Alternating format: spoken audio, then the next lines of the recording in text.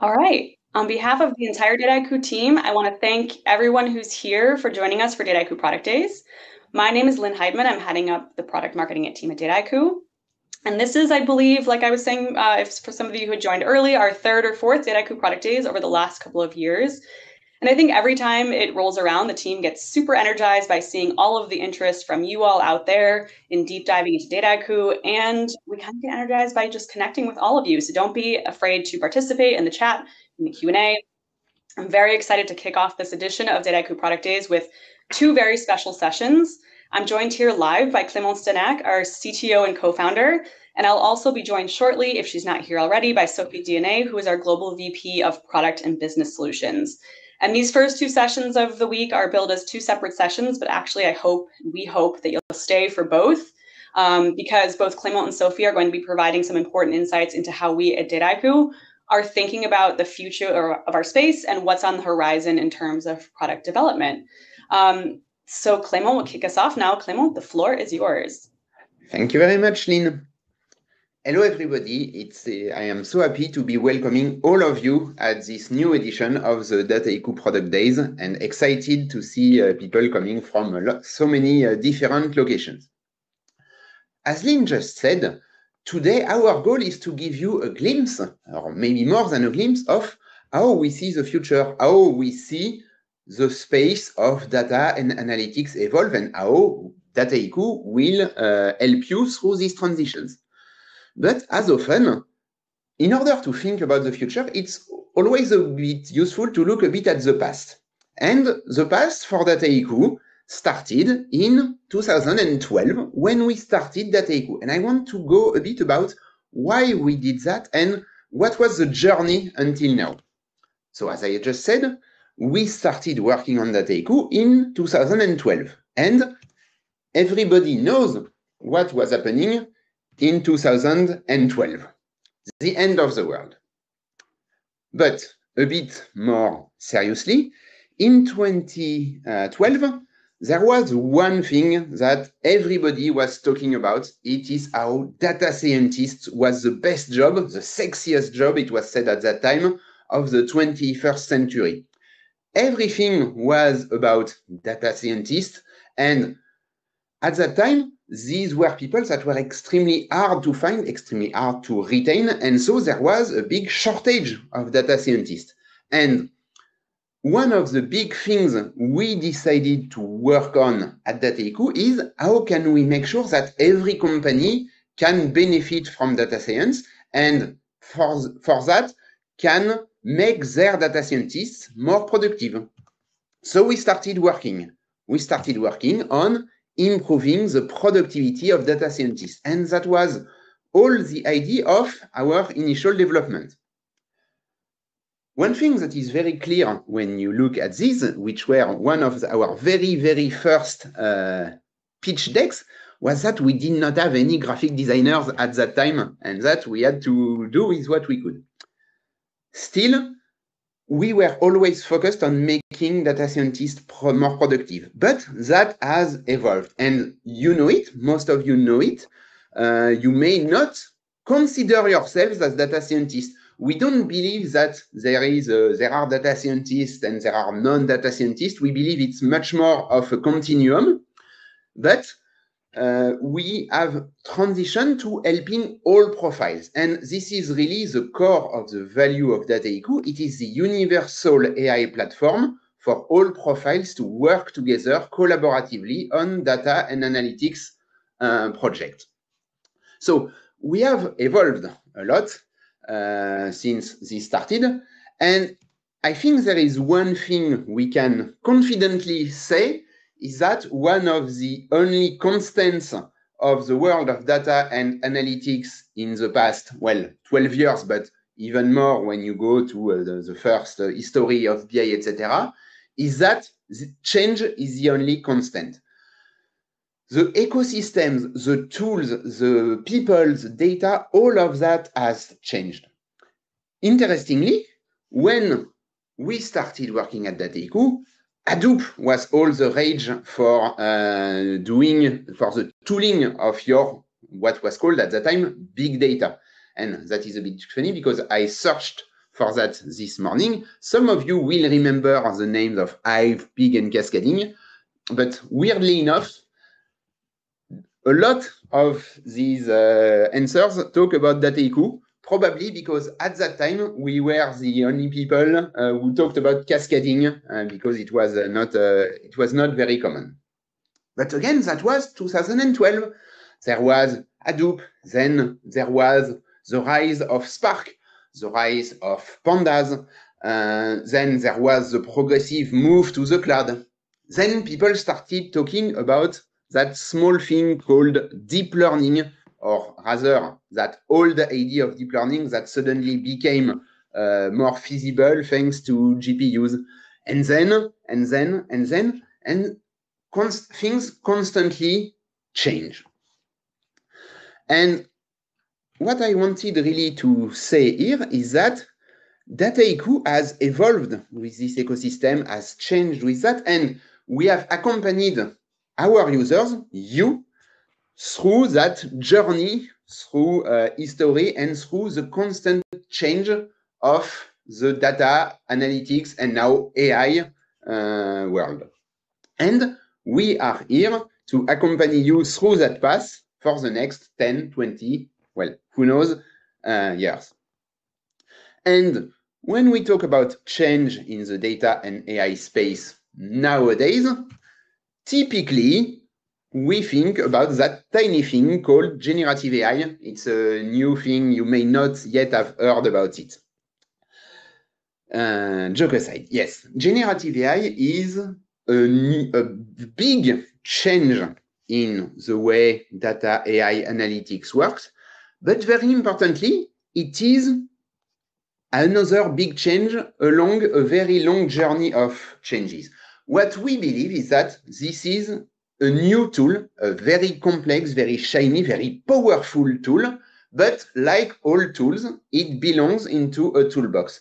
Generative AI has to be integrated within your existing data AI analytics practices. It is not something that can reasonably live on its own, separated from the rest of the data architecture of your companies. And as usual, Dataiku is here to help along that journey. And ever since this started making waves, so the release of ChatGPT was about 22 months ago, but even for a couple of years before that, there had been a lot of talks about new things and new capabilities. But this has been a complicated and fast-moving road. And importantly, we believe that now is not the time to lock in choices to a single provider. As has been our way of doing at Dataiku for this past, well, I used to say 10, but now it's 12 years, we are not here to build an LLM model or to build a vector store engine. We are here to make things that already exist truly available, truly usable in the enterprise so that you can derive values of it. This is why last year we introduced the LLM Mesh. The LLM Mesh is the universal AI gateway provided by Dataiku that first and foremost gives you choice. We integrate with accelerating computing capabilities with a large number of hosted LLM providers, the ability to self-host your LLMs, and we also integrate with a large number of vector stores. So this is really that core layer that gives you choice, gives you the ability to change, switch, and not hedge your bets yet, because again, this is a fast-moving world, and there is not yet 1 month without a new model coming from one of the providers, usually all claiming to be better than all the previous ones. And in this LLM Mesh, we also add what I would call more value-added services. We add the ability to route and orchestrate all of these capabilities. We add cost control and cost reporting capabilities. We add guardrails so that you can trust what you are doing. We add audit, permissioning for security. And we had, I would say, pre-built components for building applications. Because indeed, and as usual in Dataiku, all of this is available either with or without code equally. Because indeed, connecting to LLMs, vector stores, etc., is a first step. What you want to do, what you want to achieve, is building enterprise-grade generative AI applications, meaning fully deployed applications that build upon these tools in order to get value. And so you have these basic capabilities that feed into, that are the workhorse of your GenAI application. And usually a GenAI application is made of a large number of building blocks that you have all heard of: prompts, tools, knowledge banks, data, models, retrievers, and things like that. And all of these building blocks, you combine them either using code or using visual frameworks or using libraries in order to build these applications, either web applications that will be exposed to your end users or embedded into your existing workflows, usually through UIs. And this part is still only the building part. Once you have built your generative AI application, it is critical to have it integrated into an industrialized process so that this application can actually move into production. Something that has, well, plagued the data analytics, ML, AI world for too long is applications or value or project that does not get deployed into production because you do not have this industrialized process. And this is really, both for generative AI and traditional AI data analytics application, one of the core principles, one of the core values of Dataiku. We help you build applications and we help you put them into production so that they can truly deliver value and not stay just as an experiment.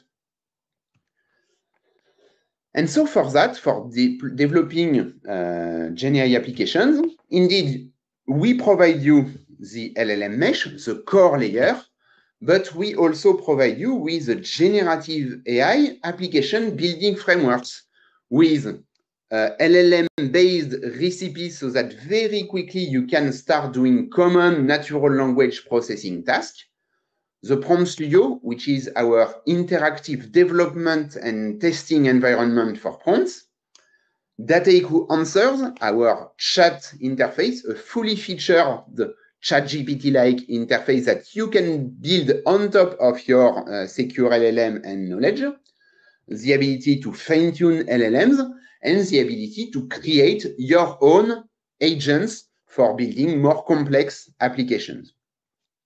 And between this core infrastructure layer and this application framework, we added what we call the LLM guard services, the ability to check and verify the cost of what you are doing, the ability to put safety check guardrails, and the ability to validate the quality of what you are doing. And all of that, in order to make sense, has to be integrated into the GenAI governance framework in order to make sure that you keep pace with the regulatory requirements that are starting to exist. And once you have all of that, you truly have an enterprise-grade GenAI application. So in the next few minutes, I'm just going to go over a few of the small things or big things that we are adding into the next versions or that we just added. Sorry. Dataiku Answers is our fully featured chat UI. It is a responsive application that provides you with the history, with the ability to put your own branding, and that plugs onto the LLM mesh onto that secure and choice-aware LLM gateway. It lets you chat with your own content using retrieval augmented generation, chat with datasets. So if you have, for example, a dataset of your customers, you can ask what is the average revenue, and the application will automatically compute relevant aggregates. And we are adding there the ability to bring your own documents. As an end user of this, you will be able to upload your own document and start asking questions about your document, all while still being in that secure space of the Dataiku application under full admin oversight. And we are also adding the ability to have a single chat interface that serves as a portal, as a unification layer on top of several agents. So, for example, you could have one agent dedicated to answering legal questions, one dedicated to answering sales questions, but you don't want your end users, here we are of course talking rather about employees, you don't want to have your end users having to go to different UIs. That's why Dataiku Answers will be that unified chat AI portal. All of this only makes sense if you can have certainty on what you are doing and notably how much it costs. There has been, of course, a lot of concern among our customers, but more generally about the cost of building generative AI applications. While it's interesting to note that the costs have gone down a lot in the past few months, this remains of paramount importance because with most of these capabilities, you are paying by the request, by what you consume, which has, of course, advantages. You only pay for what you consume. It also has drawbacks. It means you pay for everything you consume, and costs can go up very quickly, which is why Dataiku Cost Guard allows you to drill down into your cost per user, per project, per LLM, etc., to define budgets, to monitor your spend. And later, we are going to add the ability to actually protect against overspend by blocking when some thresholds are reached.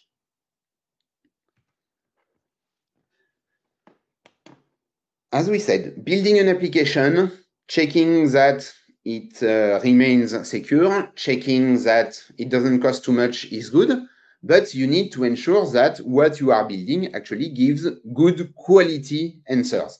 Because, yes, we can talk about hallucinations, but even without going into the topic of hallucinations, the quality of the answer cannot be as good as you would want. And we are adding this month the LLM evaluation recipe, which allows you to, based on some questions and answers provided by the LLM, to evaluate the quality, the relevance of the questions, whether the answers, sorry, whether the LLM has properly taken into account the internal knowledge that was provided to it or not, whether the LLM has wrongfully taken outside knowledge in order to respond, whereas it should not have. And later, we will add more capability to directly take into account user feedback provided on chat interfaces.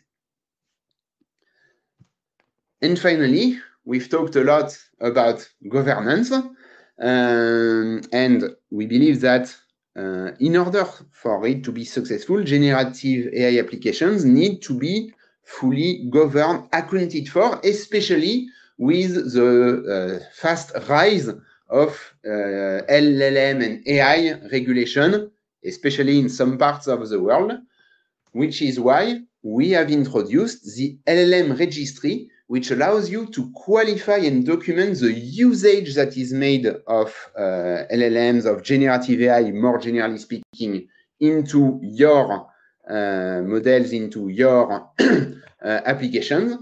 And we also provide a Dataiku prepackaged solution for readiness on the EU AI Act compliance. And later, we will be adding what we call the LLM suitability control, which allows you to define for each LLM in which situations it is allowed to be used or not.